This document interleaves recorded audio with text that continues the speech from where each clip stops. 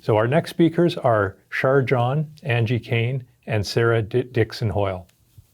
Char is the Natural Resource Community Coordinator for the, I'm going to do my best with the Secwepemcúl'ecw Restoration and Stewardship Society. And team, I'm sorry if I didn't do that very well. And I don't have any more detail for Char on her bio. So Char, when you start, feel free to add to that if you'd like to.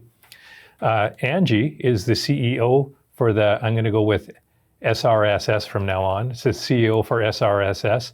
Her passion for advocating and negotiating opportunities for Indigenous people and their communities started 18 years ago.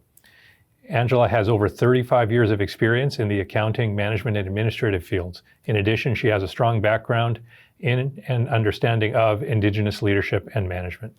Angela has been part of the Elephant Hill Wildfire Recovery Project from the beginning, as she sat at the table as a representative for Highbar First Nation as their band and lands and resource manager. In her current role as CEO, Angela and her team continue to advocate for the restoration and preservation of healthy ecosystems by incorporating the perspective of walking on two legs, combining Western and Indigenous knowledge. Sarah Dickson-Hoyle is a Ph.D. candidate and public scholar at the Faculty of Forestry at the University of British Columbia. Her research interests include community-based wildlife management and fire ecology, and her current research focused on Indigenous wildlife recovery in British Columbia.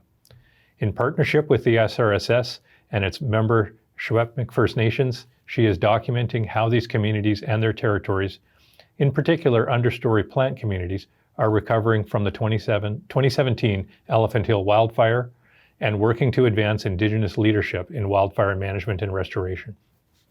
Sarah is originally from Australia, and prior to commencing her PhD, she worked in ecological consulting, focusing on monitoring and assessments of grasslands and dry forests throughout southeastern Australia. So welcome to our presenters, and I will turn the floor over to you.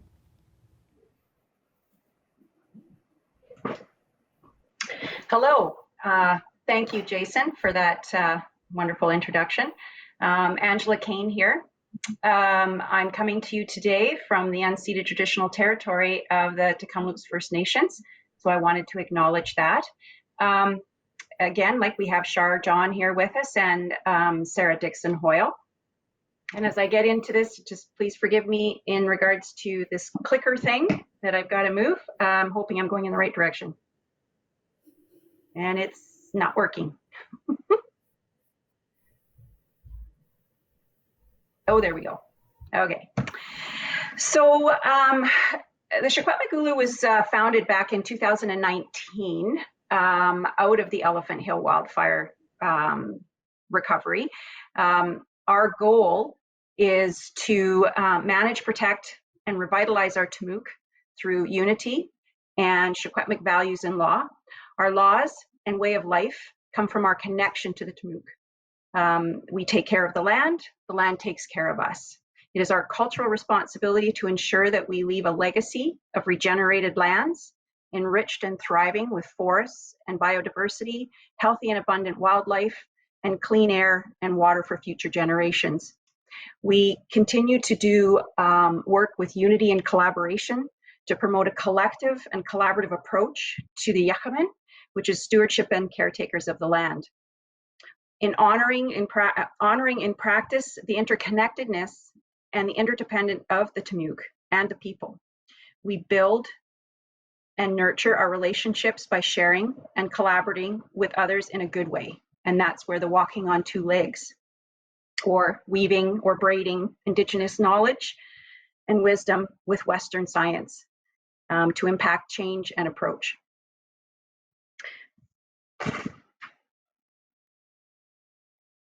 Our community members are the 8 community members that were impacted by the 2017 wildfire. As Jason had mentioned, I was sitting on the table as the Band Lands and Natural Resource Manager for Highbar First Nations. It was there that we developed a collaborative working relationship between First Nations. It was something that I hadn't seen in a really long time, and it was something that this devastating event brought these communities together to stand united and strong in something that they felt very passionate about, which then led us to, the, we've got the Elephant Hill wildfire information. This was a devastating fire, but we've seen over the last 3 years, they're getting worse.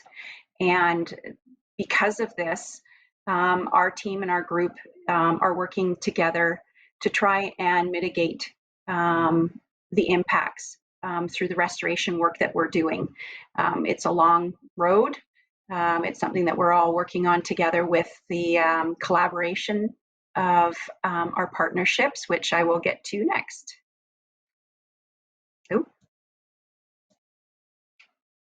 Which brings me to the joint leadership recovery piece.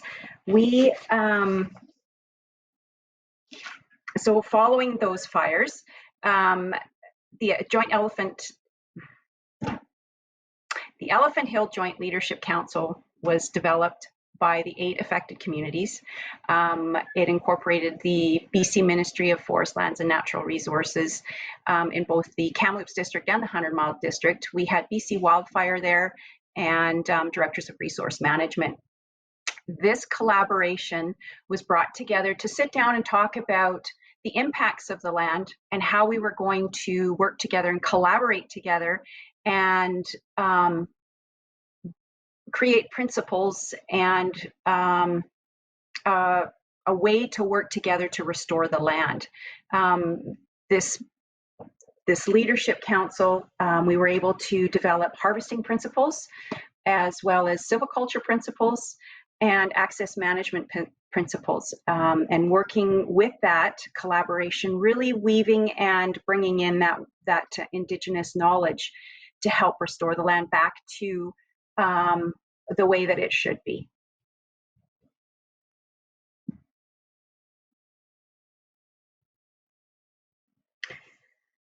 So our key focus beyond the Elephant Hill is working on the restoration within the Secwepemcúl'ecw. And as we've seen in 2021, another very significant wildfires, we've seen the Sparks Lake, McKay Fire, the Flat Lake Fire, as well as the Tremont Fire, which again affected the same communities that started this society in the first place. This time, instead of one larger fire, we had five fires that have impacted the traditional territories. So we have to look at different ways to support the restoration within these areas. And as we continue to work on our landscape and habitat restoration, we do that in collaboration with the province still. We've had those amazing relationships that are helping us further and continue to do the work that needs to be done. And currently we're working on a project within the Elephant Hill. We've partnered with BC Salmon Innovative and Restoration, or BC Salmon Restoration and Innovative Fund, to look at restoring critical salmon habitat through riparian restoration. We're also looking at, we've created a natural capital evaluation where we're looking, what did the communities lose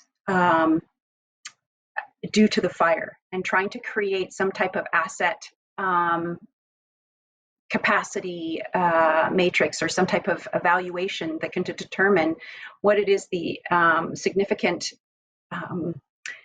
economic loss was to the community as well as a way of life. So that is a project that we've been working on.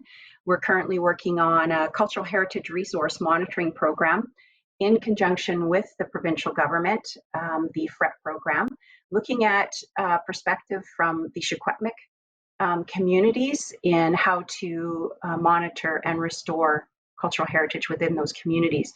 We're also looking at a carbon monitoring program, and that's in partnership with WWF. And we're also looking to work with BC Wildfire. We have commitment with them to start implementing the lessons learned report that Sarah Dickson-Hoyle was involved with, as well as Char. And with that being said, we will move right into their presentation. Thank you.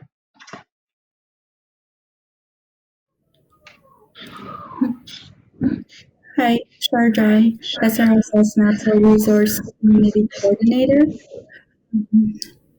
Over the last year, I've worked with Sarah Dickson-Hoyle on the Lessons Learned project. In 2020, the SRSS launched a project in collaboration with the UBC Forestry to document joint wildfire recovery processes and identify lessons and the successes, strengths, and challenges to guide ongoing and future recovery. It consisted of in-depth interviews and documentation of joint wildfire recovery, collating data such as salvage, harvesting, rehabilitation, archaeology, and so on and so forth.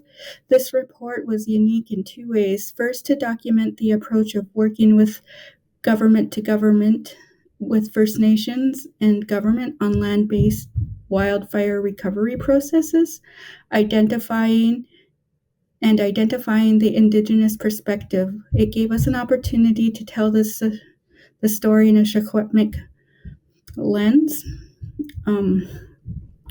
We also had dialogue and representatives from the provincial government, BC Wildfire Services, and Emergency Management Services.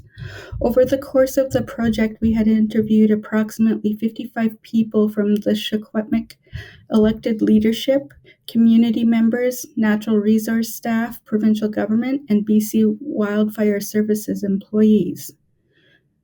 The final report was launched in December, and it is the outcome of collaborating projects with the UBC Faculty of Forests and the SRSS. It highlighted 70 key findings and presented 30 calls to action to advance.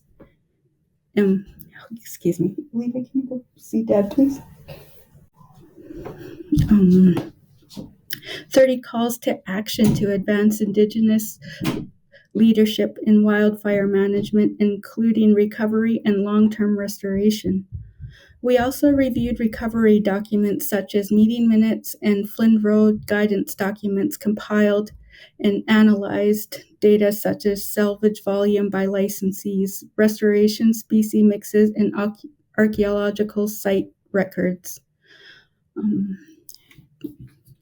me see if I might click her up here.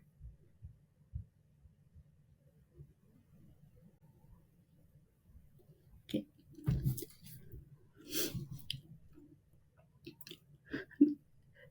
This playbook about guiding assessments of impacts and decision-making around restoration, something where we heard again and again, was that deep, lasting impacts of the Elephant Hill wildfire consistently not recognized or compensated, particularly by provincial agencies. We have felt and seen the impacts from communities. Some of the Indigenous dialogue we had were very touching and key in making recommendations, and this is why Indigenous perspectives is important.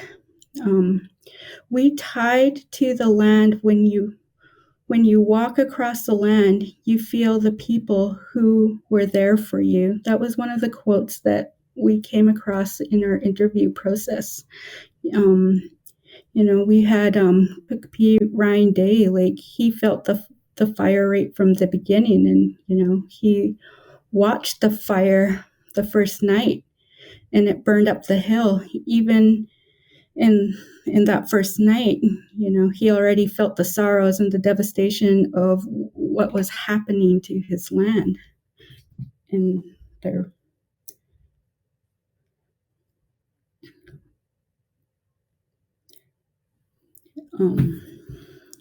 Jenny Allen was also very key in our process, and I think she did a very good job in highlighting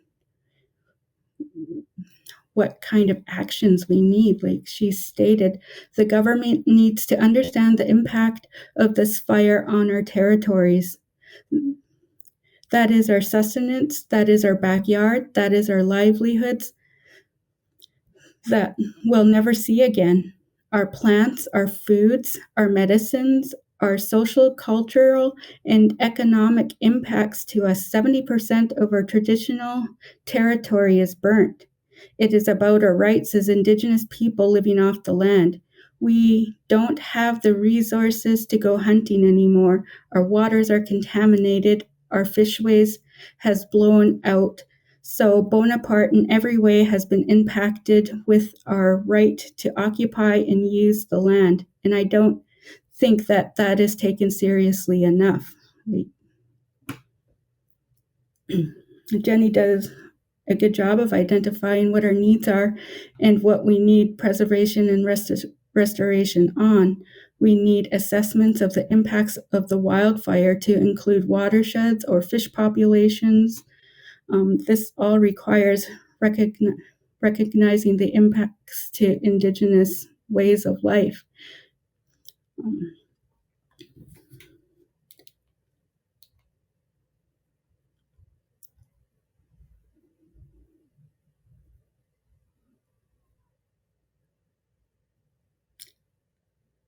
I don't think my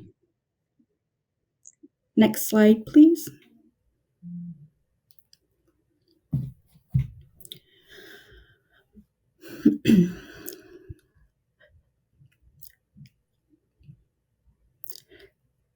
Wildfire impacts and priorities for restoration, like it's interconnected impacts to the land and communities, health and well-being. Some of our key concerns were the Secwepemc health, wealth, and well-beings. We are dependent upon the land. The Elephant Hill wildfire has caused deep and lasting impacts to the Secwepemc territories, communities, culture, ecoeconomics, and ways of life that aren't reported or recognized by the government.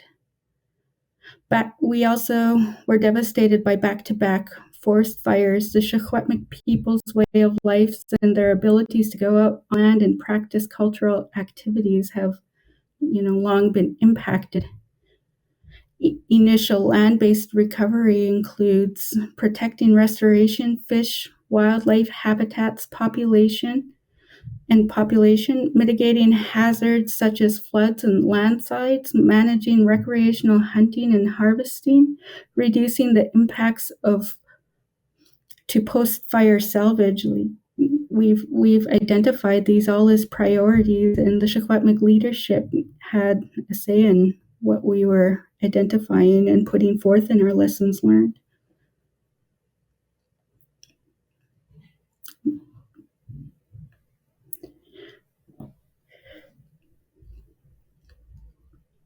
And some of the lessons learned from joint recovery. You just want to run out there and do everything, but slow it down. It'll get done, but slow it down. The land is our land. We got to remember that.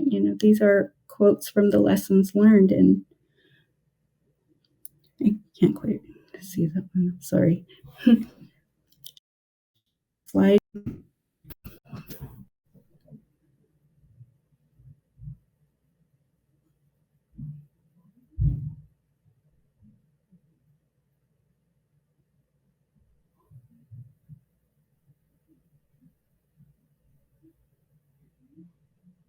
As just talked about really the first half of this report, which was really documenting from a Secwepemc perspective the impacts and priorities for recovery following a mega wildfire such as Elephant Hill.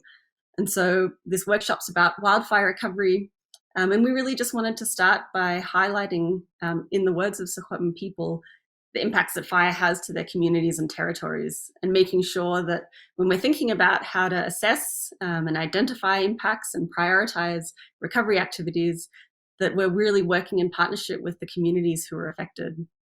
And this quote here from Bert William from Stewardship or Bonaparte First Nation really speaks to the fact that while there are obviously time-critical aspects to recovery, there's often that risk that whether it's industry or other actors on the land base really just want to go out and start implementing recovery or rehabilitation.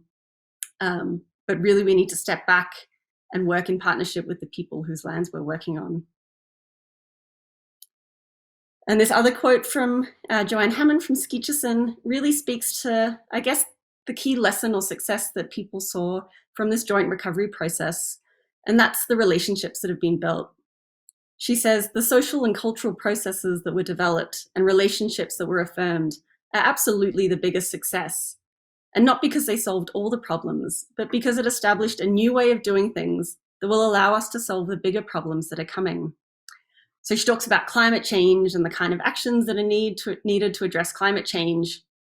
And she says, we would never have been able to tackle it under the old winner-takes-all government regulating industry sort of system and leaving First Nations and communities out of the loop. That was never going to work. So I think that is a major, major victory coming from Elephant Hill. So part of our Lessons Learned project was to try and identify, firstly, how did people see it? Was it successful? And what contributed to that success? So we found that really across government and First Nations communities, it was seen as a successful process. And again, that was largely due to the new relationships and trust that were built, promoting collaboration and a united voice amongst Secwepemc communities, different economic and training opportunities, and supporting First Nations archaeology.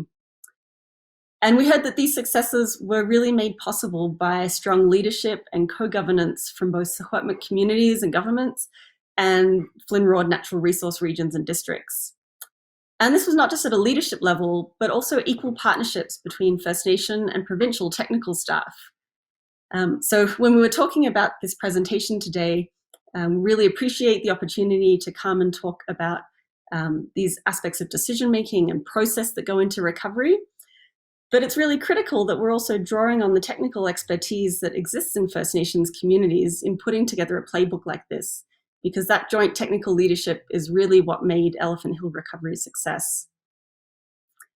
And key to success, we also heard, was taking time to actually sit down, identify shared values and understandings, and having open and honest communication in communities and on the land. We also heard about challenges such as a lack of strategic or landscape level planning. For example, a coordinated approach to salvage harvesting guided by First Nations and government was really lacking. And also a mismatch in timing between activities such as infrastructure, rehabilitation and salvage harvesting.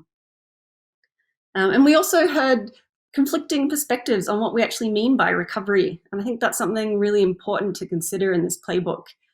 For example, some people viewing Elephant Hill recovery as really short-term rehabilitation, sort of shorter-term activities and goals for farming recovery, versus long-term ecosystem recovery and restoration. And then the challenges with capacity and adequate participation in those processes. So really what we found was there are a lot of principles and guidelines that can come from Elephant Hill to guide recovery, but really building on the model fundamentally just means that First Nations determine the approach to wildfire recovery in their territories and the associated government-to-government collaboration. So for anyone involved in wildfire recovery, this means spending time developing shared principles and goals, investing in long-term capacity building, and supporting First Nation decision-making and actually doing that work on the ground of recovering their territories. So the report, and we can share a link, I'm sure, afterwards, puts forward 30 calls to action for improving joint wildfire planning, response, and recovery. So we have planning mitigation recommendations, including wildfire recovery planning, as well as 13 recommendations for improved recovery governance and planning, stakeholder engagement, funding and resources, and building capacity for First Nations-led stewardship and archaeology. So it's really about building on some of the lessons we've identified from Elephant Hill. I think there's a lot to be learned, both from the successes and challenges. But something we do highlight is that there is a potential risk that joint wildfire recovery from Elephant Hill or even other fires might get narrowed down to a more narrow rehabilitation focus. For example, just thinking about salvage harvesting or rehabilitation of impacts from wildfire response, like fire guards, for example. Despite the initial goals and priorities of communities, and I'm sure when we're talking about watershed restoration being much broader. So there are concerns that we heard from communities that, trying to develop a template for recovery might be used to actually try and fast track collaboration. And that really risks that value of sitting down together, government to government, to again develop shared understandings and actually collectively defining recovery goals. So Elephant Hill, we hope, is really about demonstrating a process of working together to advance that joint vision of landscape recovery. In the time we've got left, we just wanted to highlight a couple of these recommendations that we thought were particularly relevant for what we're talking about today. And one of these recommendations is about establishing a provincial wildfire recovery framework, potentially led within FLNROD from the provincial director and regional directors of wildfire recovery. So this, for example, would identify different roles and mandates for different recovery activities, commitments to joint wildfire recovery with First Nations, identifying key partnerships and resources, different time-critical timelines or decision-making requirements, or other time-sensitive planning considerations, and a framework for collaboration across FLNROD regions and districts. So in a sense, this playbook we're talking about today is kind of like that model, but we're really talking about this in a much broader sense and at a provincial level, led jointly between First Nations and government. And then recovery planning, as I'm sure we'll hear in the next presentation, also requires compilation of principles and best practices and guidance documents, which again, this playbook that we'll be hearing about, I'm sure we'll be doing in the context of salmon and watershed restoration. But we actually heard concerns, in particular from people within FLNROD, that many of the processes and guiding documents from Elephant Hill haven't adequately been documented or shared, either within government or with the public more broadly. So our report went some ways to compiling those, but one of our recommendations is actually developing a public-facing resource, for example, a website, to provide that level of guidance on recovery and rehabilitation. Other recommendations, again, what I've already spoken to, relating to collectively defining a shared approach to wildfire recovery. So having a framework or a process after a fire for jointly defining a governance approach between affected First Nations and, for example, FLNROD, defining participation, so who is involved, how is that participation supported, relationship, if any, to existing governing bodies, and then the scope or scale. We're thinking about wildfire recovery after 2021.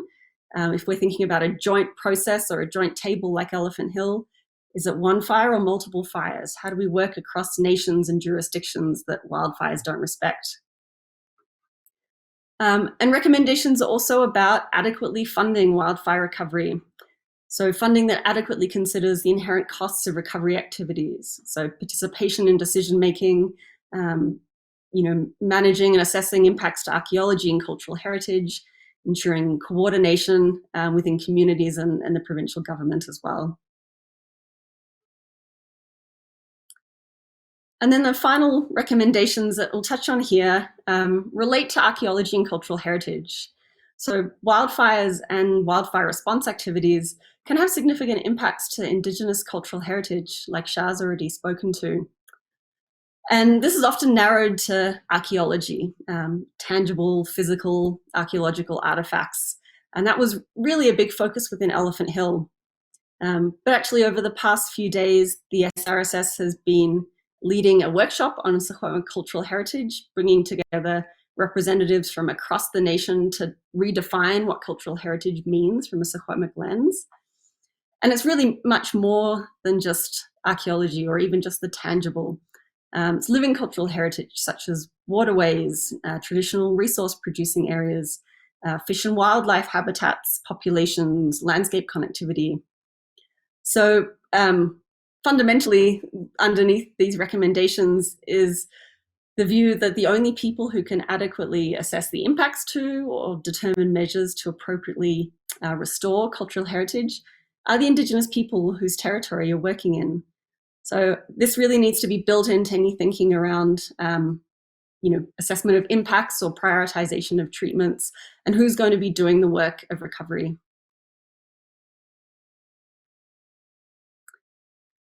Before I hand back to, I think, Char to close us out, I just want to put this slide here. Our report is often referred to as Elephant Hill Lessons Learned, but we just pose this question really. Have we identified lessons, or are those lessons really being learned? And we have seen a lot of improvement in the way that communities are involved in both wildfire response and recovery, for example, in 2021, which is where this photo is from. But again, we're hearing ongoing concerns about lack of meaningful joint decision-making during fires and also in recovery. Examples of unilateral decision-making by actors on the land base. So really hope that in moving forward, even with this playbook and also with wildfire recovery, that we can work together on implementing these lessons and making sure that they're actually learned.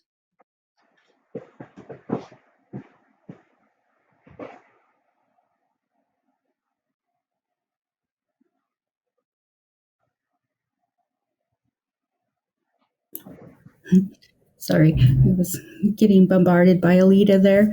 Anyways, I think some of the key takeaways that we've learned throughout the lessons learned process and communicating with Indigenous communities and our provincial agencies, we've learned that, Indigenous communities are ready to participate at the beginning of any project, and, we're ready to collaborate and work with all sorts of organizations at different scales. Like, I think it's important for everybody's roles to be outlined, to know where we sit and where we stand, like in the scheme of restoration and recovery for any resource.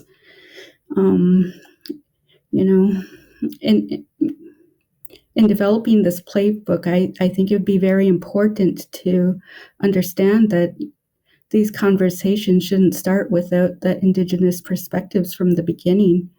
And going back to what Jenny Allen has identified, the land is our livelihoods. Like, we can identify what's going on with our resources, with our streams or forests or anything based on how we utilize the land.